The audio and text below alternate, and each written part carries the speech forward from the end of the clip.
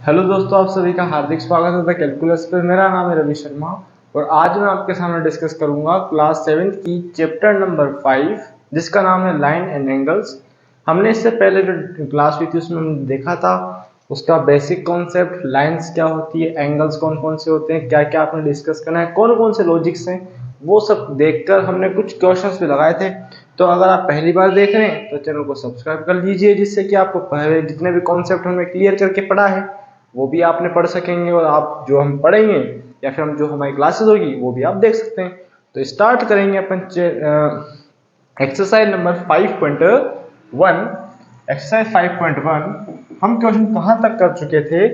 Question number 5 तक कर चुके थे, मतलब वो आपका सप्लीमेंट्री एंगल 2 करा था ना हमने वो। अब हम करेंगे क्वेश्चन नंबर 6 और 5.1 को आज फिनिश करके आएंगे। Okay, yes. तो देखिए जी, क्वेश्चन नंबर 6, पेपर पेन लेके बैठ जाइए, पढ़ना स्टार्ट कर दीजिए, बिल्कुल इधर उधर देखे बिना। ओके, तो मैं रीड करता हूं। क्वेश्चन नंबर 6 क्या है, ध्यान से देखेंगे अपन। In angle in a given figure, angle 1 and angle 2 are supplementary. अब भैया डायग्राम बनाओ। सबसे पहले तो ये डायग्राम बना दिया, ये एंगल 1, ये angle 2। Okay, angle 1 and angle 2 are क्या है आपके? सप्लीमेंट्री। सप्लीमेंट्री मतलब आपने पता है कितना होता है? 180। ठीक है। If angle 1 is decrease, what change should take place angle 2? अगर एंगल 1 आपका डिक्रीज होगा तो उसके जस्ट आपका क्या हो? एंगल 2 बढ़ेगा। अगर एक का वैल्यू कम होगा तो दूसरे का वैल्यू ऑटोमेटिक बढ़ेगा, क्योंकि टोटल तो मेरे को कितना करना है? 180। आ जाओ जी भैया। उसके बाद में बोला है both angle will remain supplementary. अब देखो मेरी बात सुनो, इफ, इसका आंसर क्या लिखेंगे? If angle 1 is decrease,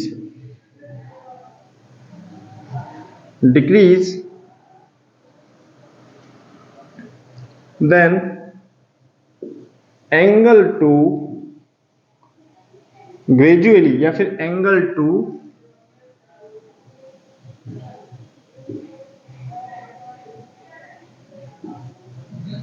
gradually increase,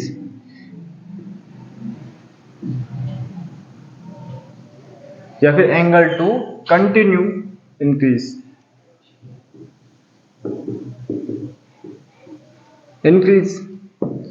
अब देखो मेरी बात सुनो, अगर एंगल 1 कम होगा तो एंगल 2 बढ़ेगा। हाँ जी, और उन्होंने बोला है कि अब ये दोनों का सेम रहेगा। Yes, and both angle sum remain supplement. क्या रहेगा? सप्लीमेंट।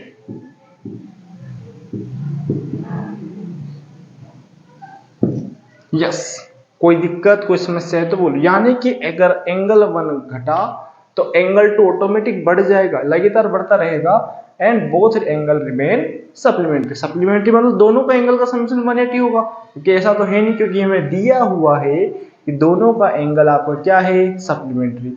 ओके जी, तो ये question number 6 finish. Okay, yes.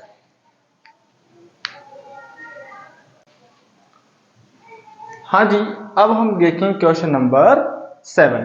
Question number 7 क्या है अब आपका? इनमें बोला हुआ है कि भैया क्या बोला हुआ है? Can two angle be supplementary if both of them are, क्या बोला है? एक्यूट हो। अब मेरे को पता है कि सप्लीमेंट्री का सम कितना होता है? 180। ठीक है, तो क्या आपका दो एक्यूट एंगल का यूज करते हुए आप 180 ला सकते हो क्या? अब एक्यूट मतलब जो 90 से छोटे कोई से भी दो एंगल ले लो, उनका समेशन क्या कर देना है आपने? 180। तो क्या पॉसिबल है? ना। और हम जानते हैं, we know that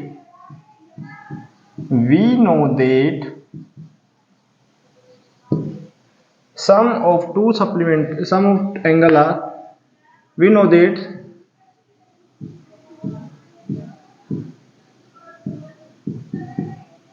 supplementary angle is equals to 180. We know that supplementary angle, sum of supplementary angle is, sum of supplementary angle is 180. So two acute angle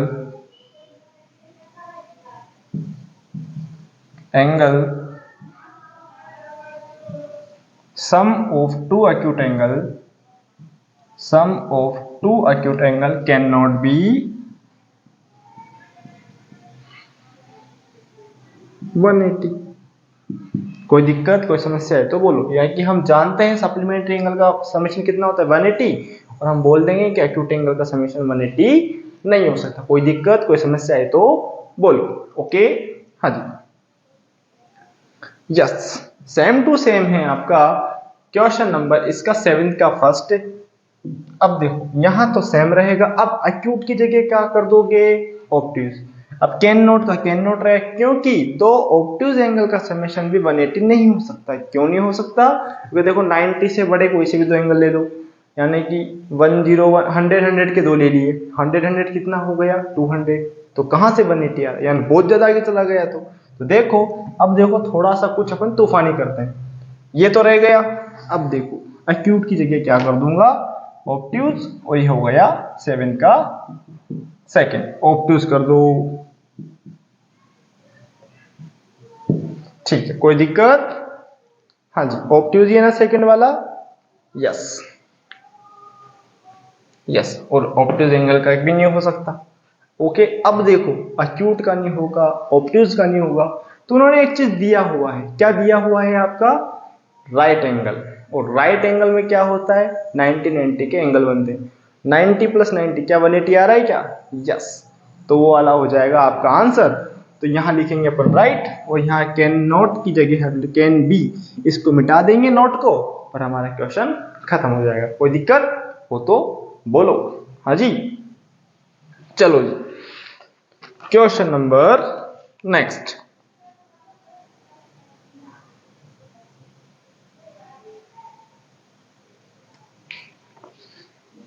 yes,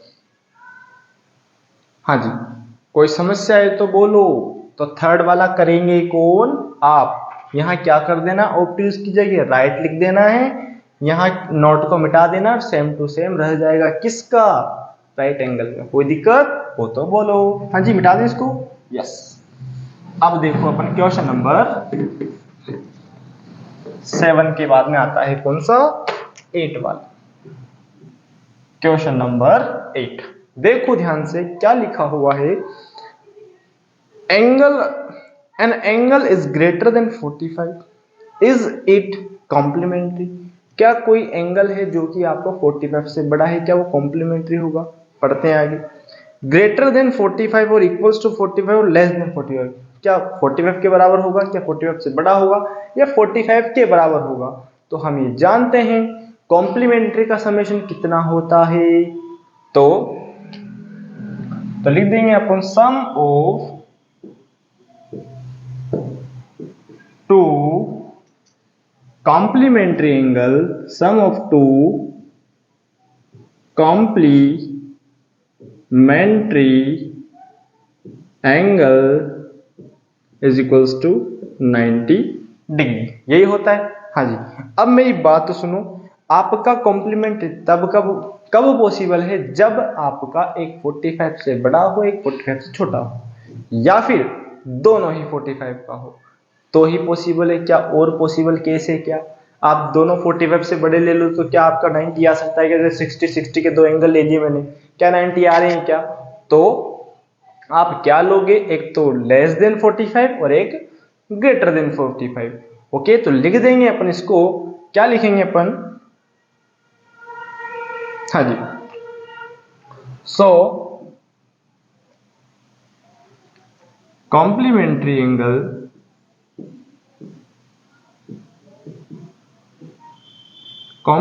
angle less than 45, less than and less than 45 and greater then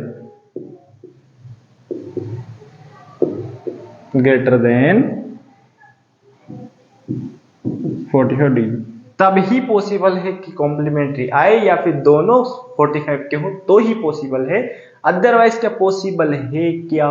अब देखो यहां पर लिख देंगे because और या लिख देंगे देयरफॉर। ओके, हाँ जी, कोई दिक्कत, क्योंकि ऊपर जिसमें बिंदी आती है वो देयरफॉर का होता है और ये वाला आपका होता है बिकॉज का, और ये आपका आंसर आ गया। हाँ जी, क्वेश्चन नंबर कौन सा आएगा अब, 9th वाला। ओके, ओके जी, 9th पे आ जाओ, चलो चलो चलो, दौड़े दौड़े चलो। 9th वाला क्वेश्चन अब देखो क्या है, फिल इन द ब्लैंक, और फिल इन द ब्लैंक दिखा और हमारे मन में लड्डू फूटा। ओके, हाँ जी, question number next. Okay, yes, question number 9th वाला। अब देखो ध्यान से, 9th वाले क्वेश्चन में क्या करना है, just fill in the blank है। तो 9th वाला क्वेश्चन ये लिख डाला तो लाइफ झिंगा लगा। हाँ जी, बोला हुआ है if two angle are complementary then sum of the measurement is, दो कॉम्प्लीमेंट्री का सम कितना होता है, आप बोलेंगे 90, खत्म। तो दो सप्लीमेंट्री का एंगल कितना होता है, 180, क्वेश्चन खत्म।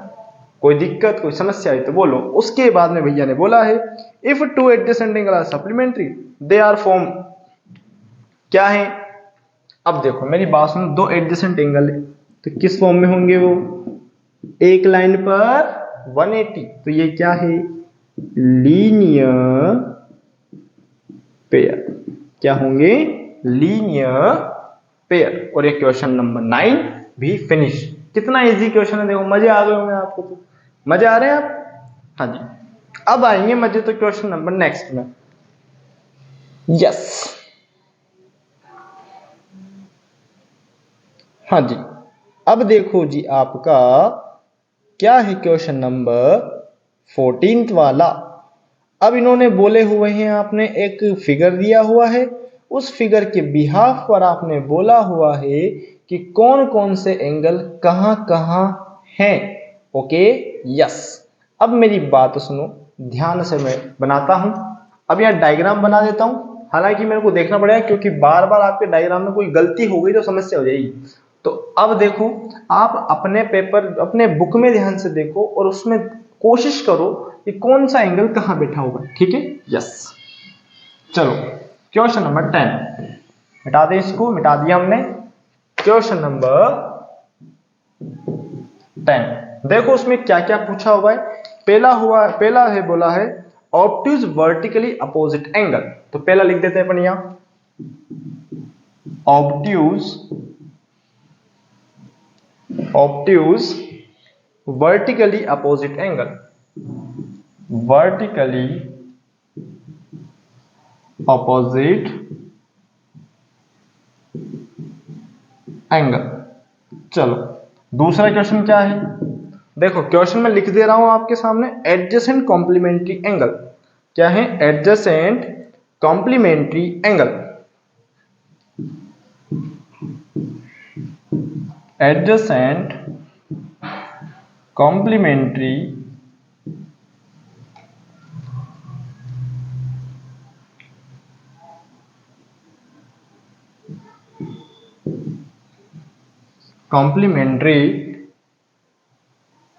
एंगल। चलो अब इन दो का सॉर्ट आउट कर देते हैं। डायग्राम देखो ध्यान से क्या दिया हुआ है। यस, ये डायग्राम में बना देता हूं, यहां पर छोटा सा डायग्राम बनाएंगे अपन। यस, हाँ, यहां दिया हुआ है क्या, ए ओ,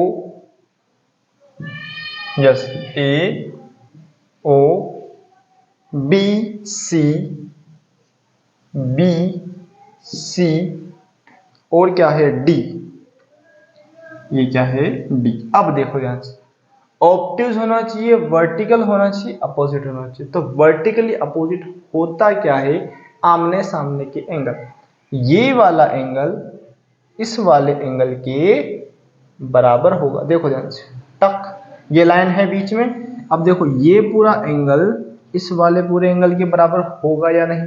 तो देखो जी ध्यान से, AOD क्या लिखेंगे अपन, AOD एंड BOC। तो वर्टिकली अपोजिट एंगल कौन सा होगा, angle AOD and angle BOC। देखो ध्यान से, ये वाला इधर गए, इस डंडी को कुछ देर के लिए सोचो कि ये है ही ना, और यहाँ कुछ लिखा हुआ है क्या, ई लिखा हुआ, क्योंकि देखो आपका क्रॉस सेक्शन बन रहा है, एक लाइन ये रही, एक लाइन ये रही, और दोनों के द्वारा एक तो ये वाला एंगल और एक ये वाला, क्या आपका वर्टिकली दिख रहा है क्या, हाँ जी, तो ये वर्टिकली अपोजिट हो गया।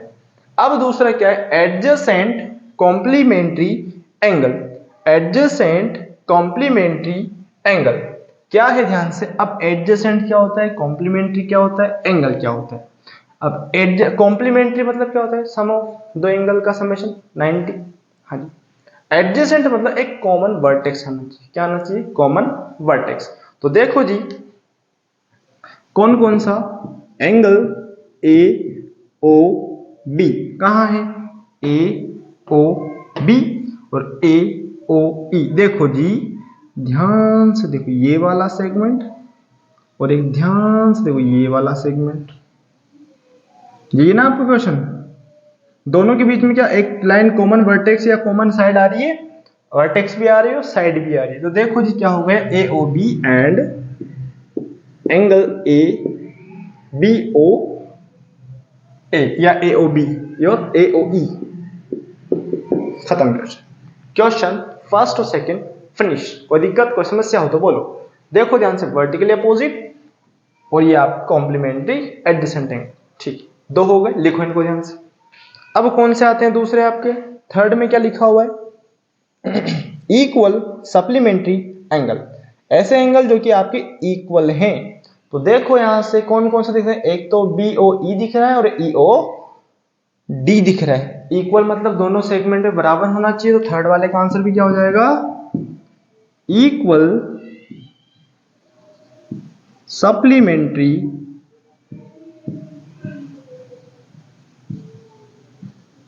एंगल क्या होगा, ध्यान से देखो। तो BOE एंगल एंड ये L नहीं है, ध्यान से देख लेना, और एंगल EOD। देखो अब इक्वल कैसे होगा, कि देखो ये भी 90 का और ये भी 90 का, दोनों एंगल बराबर। अगर ये डंडी की तो इधर उधर 90 के स्लॉट आ रहे हैं, तो क्वेश्चन मेरा खत्म। लिख डाला तो लाइफ झींगा लाला। ओके, हाँ जी, यस। अब ये बताना है आपको फिफ्थ फोर्थ वाले में कि कौन कौन से आपके अनइक्वल सप्लीमेंट्री हैं और आपके अनइक्वल सप्लीमेंट्री। अब अनइक्वल सप्लीमेंट्री मतलब क्या होता है, क्या होता है प्रभु, यानी कि दो आपके एंगल हैं लेकिन सप्लीमेंट्री हैं, और सप्लीमेंट्री का समेशन 180 होना चाहिए, और आपका उनका जो वैल्यू है वो बराबर नहीं होनी चाहिए। Okay, yes.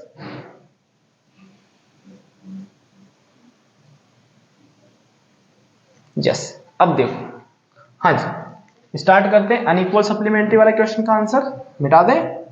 Yes yes yes yes. अब देखो यहाँ हेडिंग देते हैं अपन, इसको मिटा दिया हमने। क्वेश्चन 4 कौन सा है, फोर्थ वाला, अनइक्वल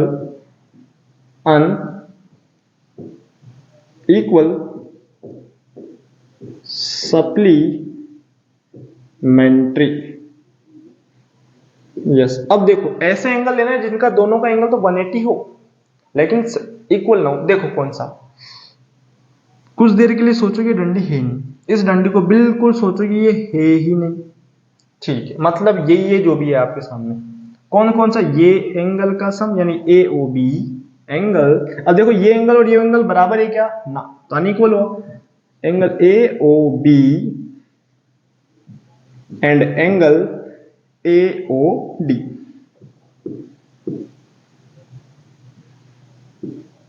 डी पहला। दूसरा देखो जी ध्यान से, अब देखो इस डंडी को देखो, AOD और COD, angle AOD and angle COD या DOC, कोई दिक्कत नहीं। थर्ड वाला देखो, थर्ड वाला पेयर देखो, ऊपर की लाइन हो गई, अब नीचे की लाइन देखो ध्यान से। अब देखो मैं इसको ले रहा हूं AOB, AOC, angle AOC and angle क्या है CO, AOC और COD, यस ठीक है जी। यानी कि इसकी बात इसके साथ हो गई, इसकी बात इसके साथ हो गई, इसकी। अब देखो इसको ले लेते हैं, इस डंडी को, और फोर्थ क्या है, इस सीधी को, AOB और BOC, angle AOB and angle, उस डंडी को मिटा दिया, बढ़िया रहा ना आपके, देखो BOC, और ये क्वेश्चन मेरा खत्म। क्वेश्चन नंबर 4 का फर्स्ट सेकंड थर्ड फोर्थ जो कि अनइक्वल सप्लीमेंट्री थे, उनका आंसर निकाल डाला और क्वेश्चन खत्म कर डाला। ओके, हाँ जी, क्वेश्चन नंबर नेक्स्ट, कोई दिक्कत हो तो बोलो। अब देखो फिफ्थ वाले में बोला है adjacent angle they do not form a linear pair, adjacent होना चाहिए लेकिन लीनियर पेयर शो नहीं करना चाहिए। यस, अब लीनियर मतलब क्या होता है, 180 होता है, 180 तो होना चाहिए, 180 नहीं होगा लेकिन लीनियर पेयर नहीं होना चाहिए, लेकिन एडजेसेंट मिल सकता है। ओके, हाँ जी, यस, हाँ, आ जाओ जी, आ जाओ। वापिस क्या करेंगे, अब इस थोड़ा सा लाइन को याद रखेंगे, इस डंडी को बुला लेते हैं, आ गया डंडी वो, यस। क्वेश्चन नंबर 5 क्या लिखेंगे अपन, adjacent angle, adjacent angle they do not